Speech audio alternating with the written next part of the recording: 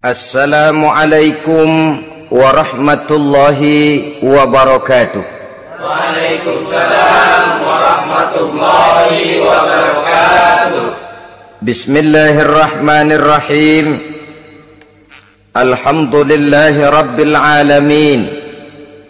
Wassalatu wassalamu ala ashrafil anbiya'i wal mursalin, Sayyidina wa maulana Muhammadin wa ala alihi wa ashabihil mujahidin at-tahirin, amma ba'du.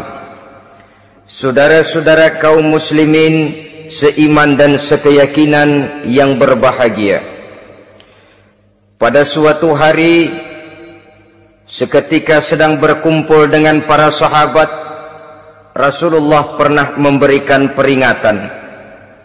Beliau bersabda, yushiku an tada'a alaikumul umamu kama tada'al akalatu ala qas'atiha.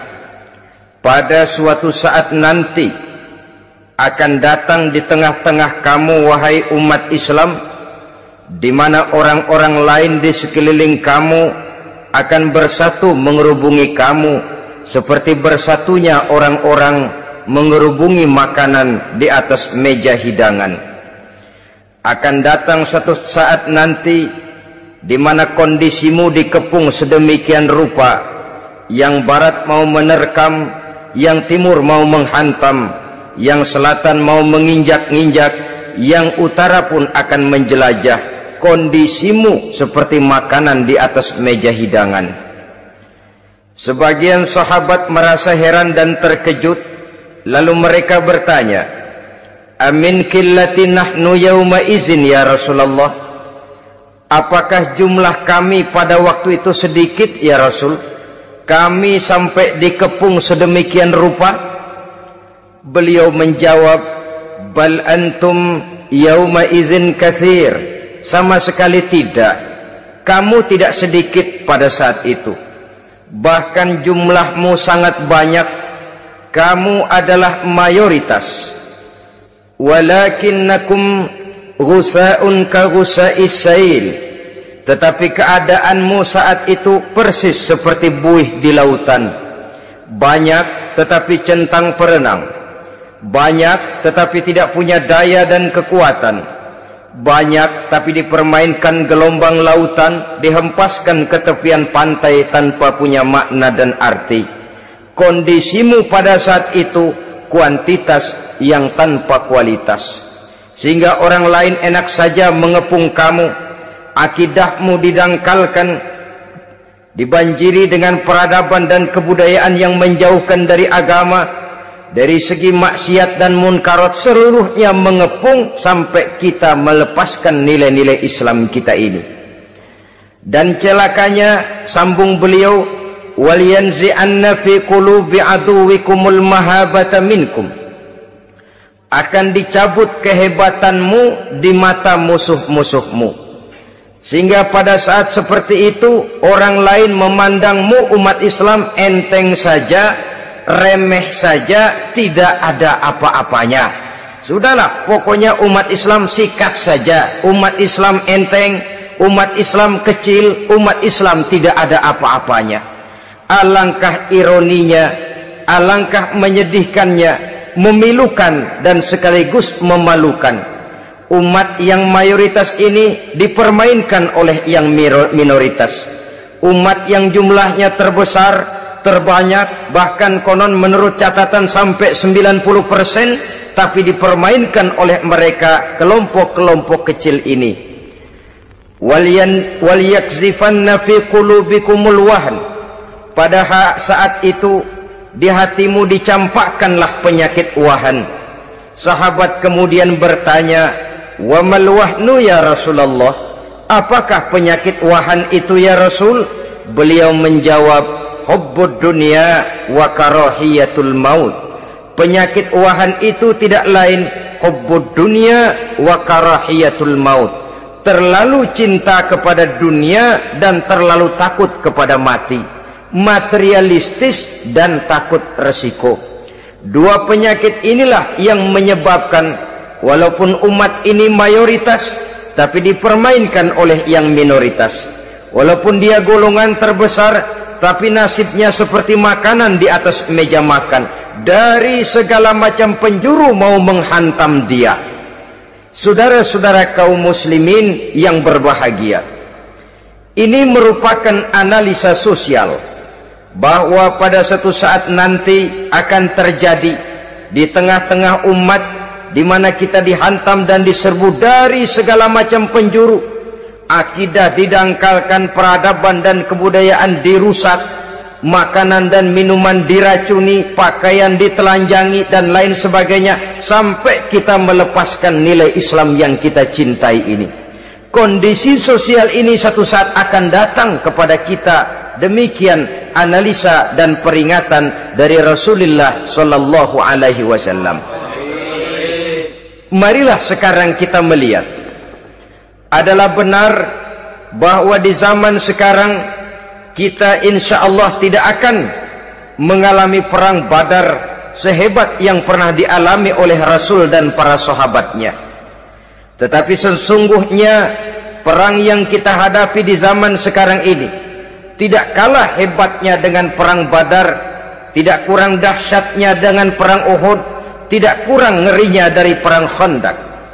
Hanya saja yang kita hadapi sekarang ini bukan ujung pedang, bukan ujung tombak, bukan ujung panah. Yang kita hadapi sekarang ini adalah perang akidah, perang ideologi, perang mempertahankan keyakinan.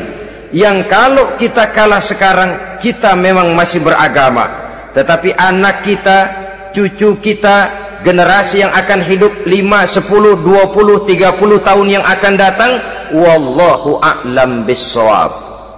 Islam, saudara-saudaraku, tidak mungkin hilang dari dunia, tetapi tidak mustahil Islam gulung tikar dari desa kita, tidak mustahil Islam gulung tikar dari kampung dan kota kita, jikalau kita tidak menjaganya, jikalau kita tidak memeliharanya, bahkan jikalau kita tidak mewariskannya kepada anak-anak kita, generasi yang akan datang.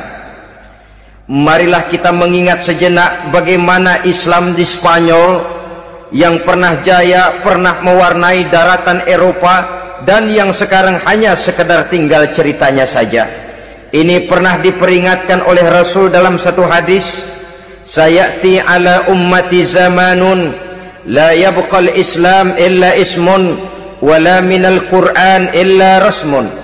Akan datang satu masa di tengah umatku di mana pada masa itu Islam ada tapi hanya tinggal sekedar namanya saja, dan Quran pun ada tapi cuma sekedar tinggal tulisannya saja. Apabila kita tidak mewariskan ini kepada generasi yang akan datang, maka serbuan-serbuan dari berbagai macam penjuru dari hari ke hari semakin kita rasakan kehebatannya. Tidak mustahil sejarah Spanyol akan terjadi di desa kita, akan terjadi di kampung kita, akan terjadi di kota kita.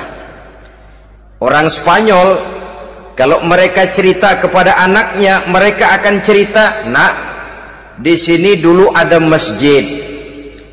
"Kapan, Pak?" Dulu bener dah. Banyak orang Islam kalau hari Jumat pada sembahyang, "Kapan itu, Pak?" Dulu sekali. Sekarang cuma sekedar tinggal ceritanya saja.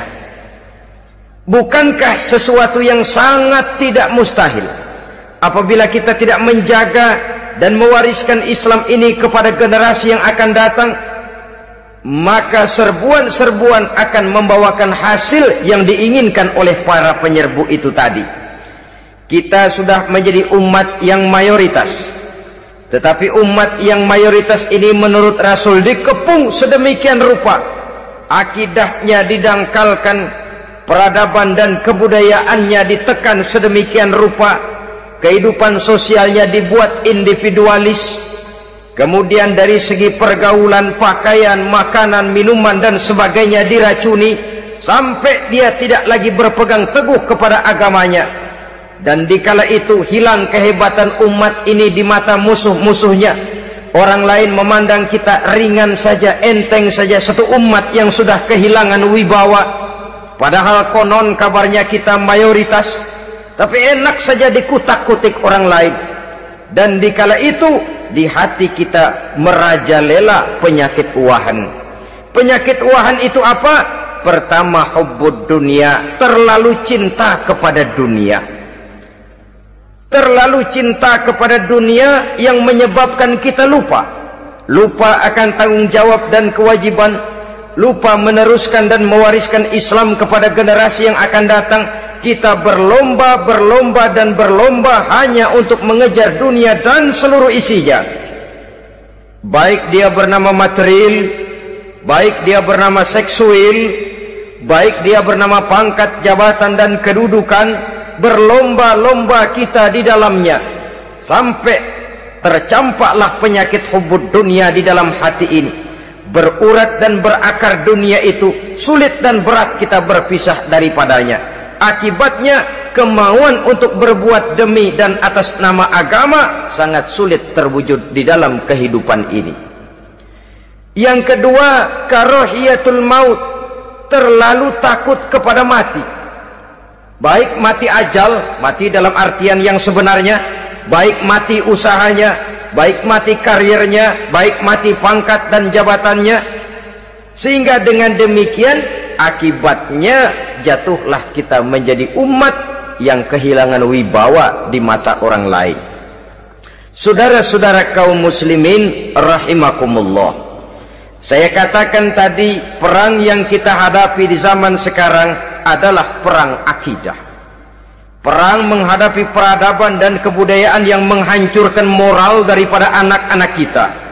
Perang menghadapi banjirnya maksiat dan munkarat, yang di tengah-tengah itu, di samping berkewajiban menjaga diri dan keluarga, kita pun juga berkewajiban menjaga anak-anak kita, generasi yang akan datang, mengarahkan dan mendidik mereka sesuai dengan yang dikehendaki oleh Allah Subhanahu wa ta'ala. Oleh sebab itu, pada pertemuan kali ini yang akan saya bicarakan ialah bagaimana idealnya seorang muslim lebih dahulu memberikan pendidikan kepada anak-anaknya.